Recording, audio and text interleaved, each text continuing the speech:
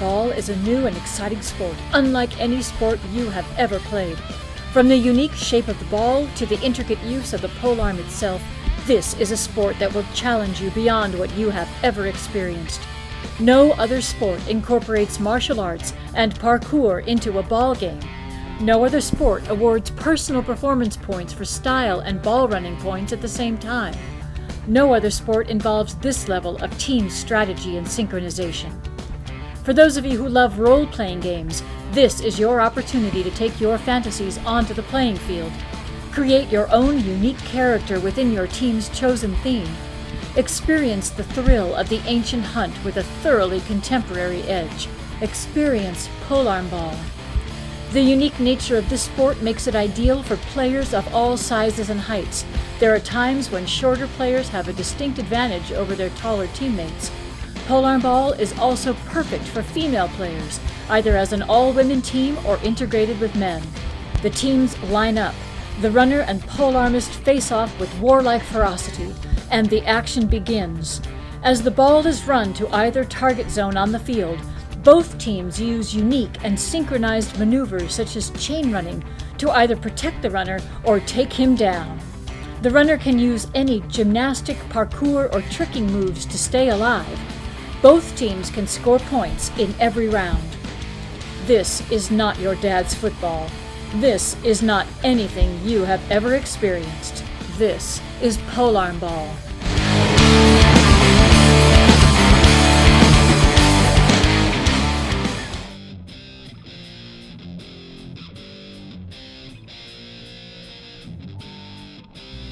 Note that in this illustration, the runner's team is first behind the delivery line. After the runner catches the ball, the team runs forward and positions itself behind the limit line. The runner will attempt to exit the midfield circle and make it all the way to his teammates, but alas, the polearmist will stand in his way. As the polearm ball is thrown by the team leader to his runner, the polearmist has an option at his or her discretion to attempt to throw the polearm and hit the polearm ball in midair. This spear shot may be taken from outside the circle any time after the ball is airborne. The polearmist may also attempt to strike the polearm ball as the runner who is inside the midfield circle catches the ball inside the circle. The polearmist must remain outside the circle even if he has attempted a spear shot at the polearm ball and missed. Once the polearm touches the ground on a missed throw, then the ritual is over at that moment and all players may now run in. The polearmist may also joust the ball from outside the midfield circle. The polearmist may either spear by throwing or joust the airborne polearm ball after the team leader throws it. If the polearm strikes the polearm ball in midair, but the runner manages to catch the ball before it hits the ground, then the runner's team does not lose sides and the game continues without interruption.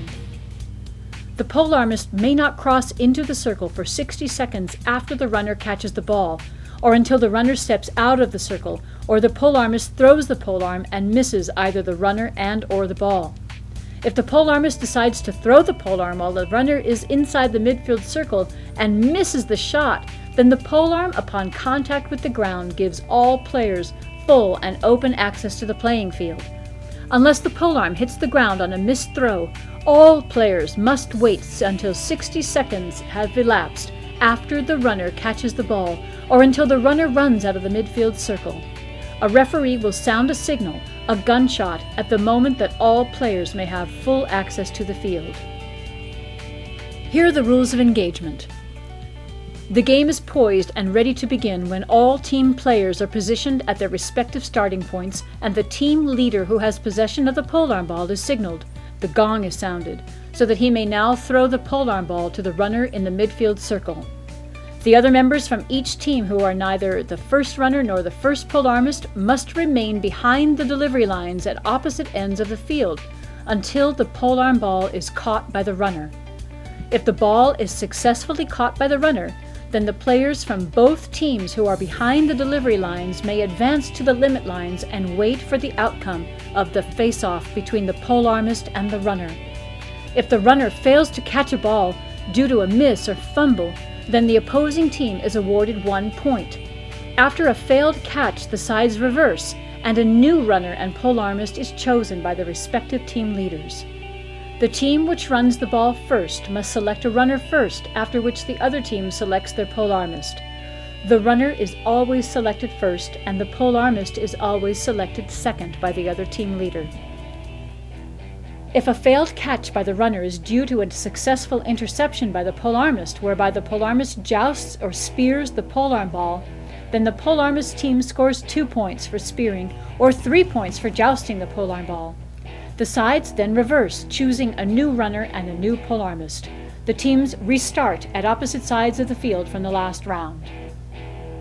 All players must play the part of polearmist and runner.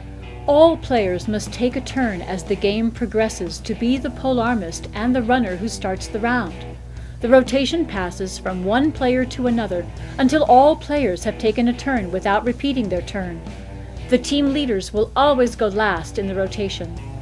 The event, when the team leaders go head-to-head, signals the end of the rotation of the players. In the subsequent scrimmage or run, the team leaders may select a new order of rotation. Again, during the rotation, no player may repeat their turn. The order of rotation is determined by the team leaders of each team, except for the last face-off, which will always consist of the team leaders themselves. Once a full rotation has been completed, then a new rotation may begin. The referee will notify the players that they may commence a new rotation of players. At the beginning of each round, the polearmist may earn 2 points for spearing the polearm ball.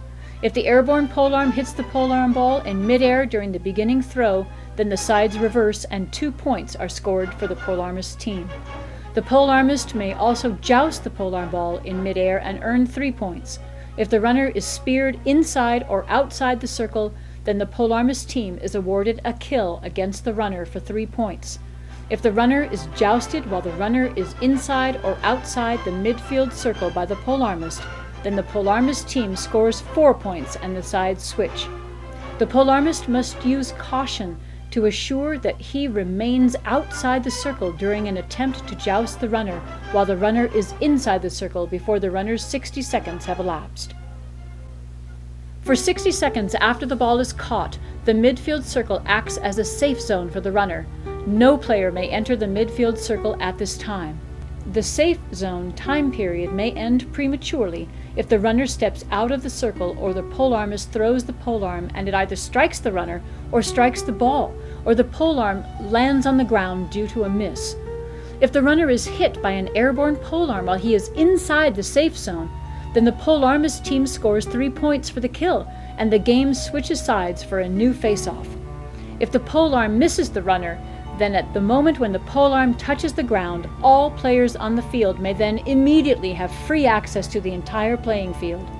The referee will give a signal, a gunshot, which will let everyone know that all players have free access to the entire playing area. The signal which a referee will use when a polearm touches a runner is by shouting the word "kill." This call represents a role-playing aspect of the game and does not represent bodily harm to the runner. If a successful kill is made, then the teams switch sides and the game restarts with a new route. A kill against the runner can be accomplished 4 ways. The runner may be speared by an airborne polearm. The runner may be jousted with the polearm. A runner may be encapsulated by 3 or more opposing team members. A runner may be flung to the ground without letting go. A speared runner is worth 3 points. A jousted runner is worth 4 points. An encapsulated runner is worth 5 points. A flung runner is worth 2 points. A kill must be made in a sportsmanlike manner. A referee will judge each kill which is made during the game. Should a referee deem unsportsmanlike conduct has occurred during the kill, then it shall be considered that a foul was committed against the runner. The signal for a foul will be a whistle blow. The runner will then be granted the process for a foul as specified in this rulebook. The polearmist will not lose credit for making a kill, even though it was done in an unsportsmanlike manner. However, the runner may win points when the process for a foul is played out. There are 4 ways to make a kill. 1. A polearmist may use the polearm as a projectile in order to strike the runner and thus make a kill. This method of making a kill by throwing the polearm at the runner is called spearing. Spearing the runner is worth 3 points. If the polearmist is perceived as using undue force, or the polearmist aims at other than the torso, then a foul may be called at the discretion of the referee.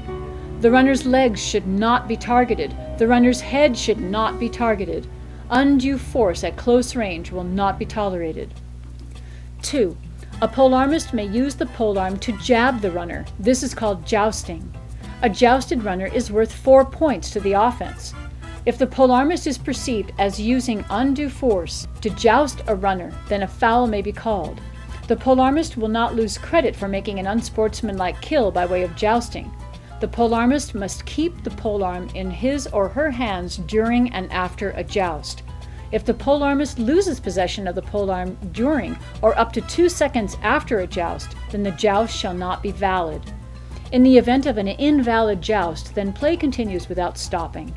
Knocking the runner to the ground as a result of a joust is automatically a foul unless the runner simply loses his balance. If the runner is fouled as a result of being jousted, then the runner may win points back when the process for a foul is played out. 3.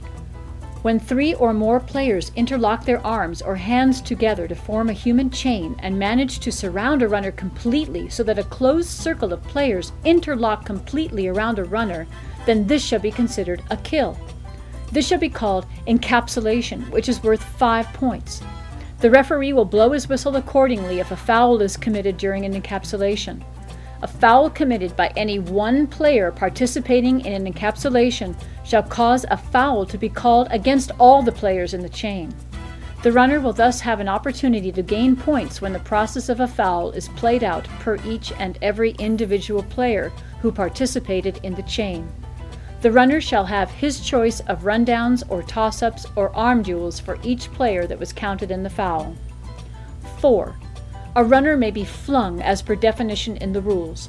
A successful fling to the ground shall be worth 2 points and cause sides to switch.